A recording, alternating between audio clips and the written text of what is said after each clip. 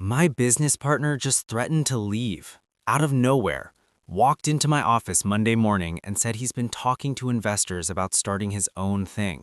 And the worst part, he knows I can't run this without him. Why can't you? Because he built our entire tech infrastructure. Every system, every integration, every automation, it's all in his head. We have documentation, technically, but it's outdated. Half of it's wrong. If he walks out tomorrow, I'd need 6 months just to figure out what we have. So he's not threatening to leave. He's reminding you what happens if he does. Yeah, that's exactly what it felt like. Not a resignation, a demonstration.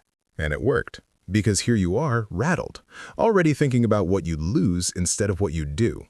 What else am I supposed to think about? He's not bluffing. He genuinely has all the leverage. He does. And he built that leverage deliberately, whether he'd admit it or not. Every time he kept the knowledge in his head instead of on paper. Every time he was the only one who could fix the critical system. Every time a new hire had to go through him to understand anything. Those weren't accidents. Those were deposits into an account he's now withdrawing from. You think he planned this? I think it doesn't matter. What matters is the structure. He made himself the only person who could do what he does, and that made him irreplaceable. And irreplaceable is the most powerful position anyone can hold. Not liked, not respected, not even feared. Irreplaceable. Because you can fire someone you don't like, you can sideline someone you don't respect, but you cannot remove someone you cannot replace. They've made the cost of their absence higher than the cost of their presence, no matter what their presence looks like. That sounds like a hostage situation. It is. A very civilized one. And most people don't realize they're in it until the ransom note arrives, which in your case was Monday morning. So how did I let this happen? You let it happen the way most people do, by confusing trust with oversight. You trusted him. You gave him space. You didn't micromanage, which probably made you feel like a good partner, but the gap between trust and negligence is thinner than people think. Trust says, I believe in you. Negligence says, I don't need to understand what you do. And somewhere in that gap, he built a fortress around his function that only he has the key to. But I can't be an expert in everything. That's the whole point of having a partner, division of labor. Division of labor is smart. Division of knowledge is dangerous. You can absolutely let someone else do the work, but you should never let someone else be the only one who understands the work. There's a difference between delegating a task and surrendering a capability. The moment you can't even evaluate what someone does, the moment you need them just to understand your own operation, you've handed them a leash. All right, but let me flip this. You said he built this position deliberately. Is that wrong? Isn't that just being smart, protecting yourself? It's brilliant. From his perspective, it's the smartest thing he could have done. And honestly, that's the principle at work here. Making yourself necessary is one of the most reliable forms of power. Not flashy, not dramatic, just quiet, structural indispensability. The person who holds the recipe, the relationship, the institutional memory, the technical skill that no one else possesses, that person has a form of security that no contract can match. So you're saying I should be doing the same thing in my own areas? I'm saying everyone should understand the principle. Whether you use it and how far you take it depends on your ethics and your goals.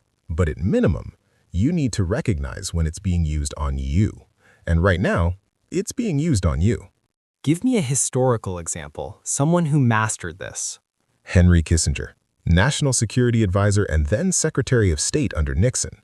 Kissinger understood something that most political figures didn't, that the way to survive in Washington wasn't ideology or loyalty. It was information monopoly. He structured his entire operation so that critical diplomatic channels ran through him personally. Back-channel communications with China, secret negotiations with the Soviet Union, the delicate threads with North Vietnam, all of it funneled through Kissinger. Not through the State Department, not through the intelligence agencies, through him. So the president couldn't go around him. Nixon couldn't even understand the full picture without him. Kissinger held relationships with foreign leaders that were personal, not institutional. He conducted meetings that weren't recorded through official channels. He built a web of dependencies so intricate that removing him wouldn't just create a vacancy, it would sever connections that the United States government didn't have independent access to. He wasn't just doing the job, he'd made himself the infrastructure of the job. And Nixon knew this? Nixon resented it deeply. There are recordings of Nixon complaining about Kissinger's self-importance, his media profile, his maneuvering, but he couldn't act on that resentment because every time he considered sidelining Kissinger, he ran into the same wall. Who replaces him? Who has these relationships? Who understands what's been promised to whom? The cost of removal was higher than the cost of tolerance, and Kissinger knew that calculation better than anyone in the room. So he was doing exactly what my partner is doing, making the cost of his absence unbearable. Same principle, different scale. And the genius of it is that it doesn't require you to be the most talented person. It doesn't require you to be the most liked person. It requires you to be the most embedded. The person whose roots go so deep into the operation that pulling them out would tear everything up. That's a different kind of power than charisma or intelligence. It's structural power, and it's far more durable. But it also has a dark side, right? Because Kissinger was also famously paranoid. He hoarded information partly out of strategy, but also out of insecurity. He couldn't trust the system, so he became the system. That's exhausting. It is, and it's isolating. The person who makes themselves irreplaceable also makes themselves trapped. Your partner, yes, he has leverage, but he can't take a vacation without things slipping. He can't get sick without the whole operation stuttering. He's chained to the thing he built. His power and his prison are the same structure. I hadn't thought about it that way. He does look exhausted. He complains about it constantly, about being the only one who can handle certain things. And he probably means it. He's tired, but he also can't let go, because letting go means letting someone else into the fortress, and the moment someone else can do what he does, his leverage disappears. So he's caught. Maintaining the monopoly is killing him, but dissolving it would strip his power. That's the trap of dependency-based influence. It works until you want to stop working. So the sustainable version of this, is there one? A way to be necessary without becoming a prisoner of your own necessity? There is, and it looks different from what most people imagine. The sustainable version isn't about hoarding knowledge or monopolizing relationships. It's about consistently being the person who creates the most value in the room.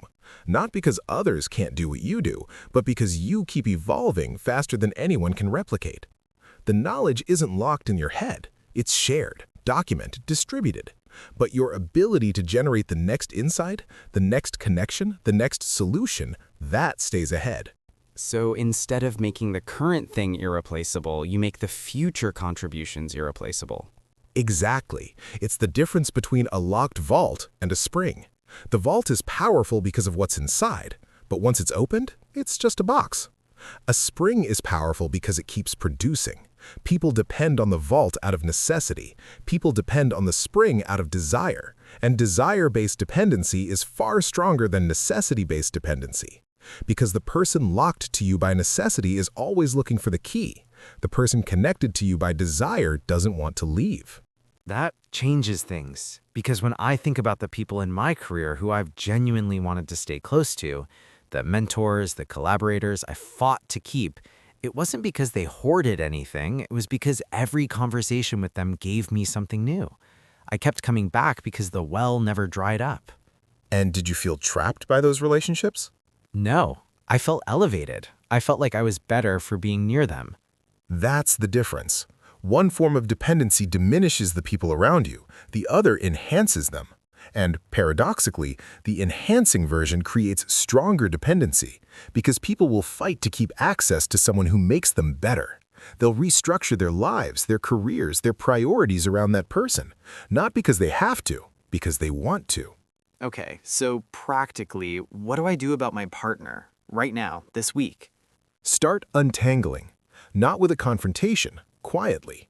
Hire someone to audit and document every system. Bring in a consultant who can map what exists independently of his explanation.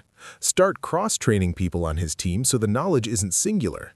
And do all of this calmly, without panic, framed as scaling the business, not reducing your leverage. He'll see through that. Maybe, but if it's positioned as growth, as preparing the company for the next stage, he can't object without revealing that his power depends on opacity. And if he does object, that tells you everything you need to know about his intentions. Someone who genuinely wants the company to succeed should welcome redundancy. Someone who wants leverage will resist it. And for myself, my own position in the company. Build your dependency differently. Become the person who brings in the relationships, the vision, the strategic direction that nobody else can generate. Not because you're hoarding client contacts, but because your understanding of the market, your ability to see around corners, your judgment, those are things that can't be documented. They can't be transferred in a manual. They're alive, they evolve, and they make people want you at the table, not just need you there. Want versus need. That's the whole thing, isn't it? It's everything. Need is a chain. Want is a bridge. Both create dependency, but one makes people resent you when they realize it. The other makes people value you more the longer they know you. I spent 3 years being grateful that I didn't have to understand the tech side. I thought I was being a good partner, trusting him, staying in my lane. Turns out I was sleepwalking into a cage and calling it collaboration. Most cages are built with the occupant's cooperation. That's what makes them so effective. I'm not going to make his mistake, though. When I rebuild my position, I'm not going to hoard. I'm going to be the person people can't replace because they can't stop learning from, not because they can't find the password.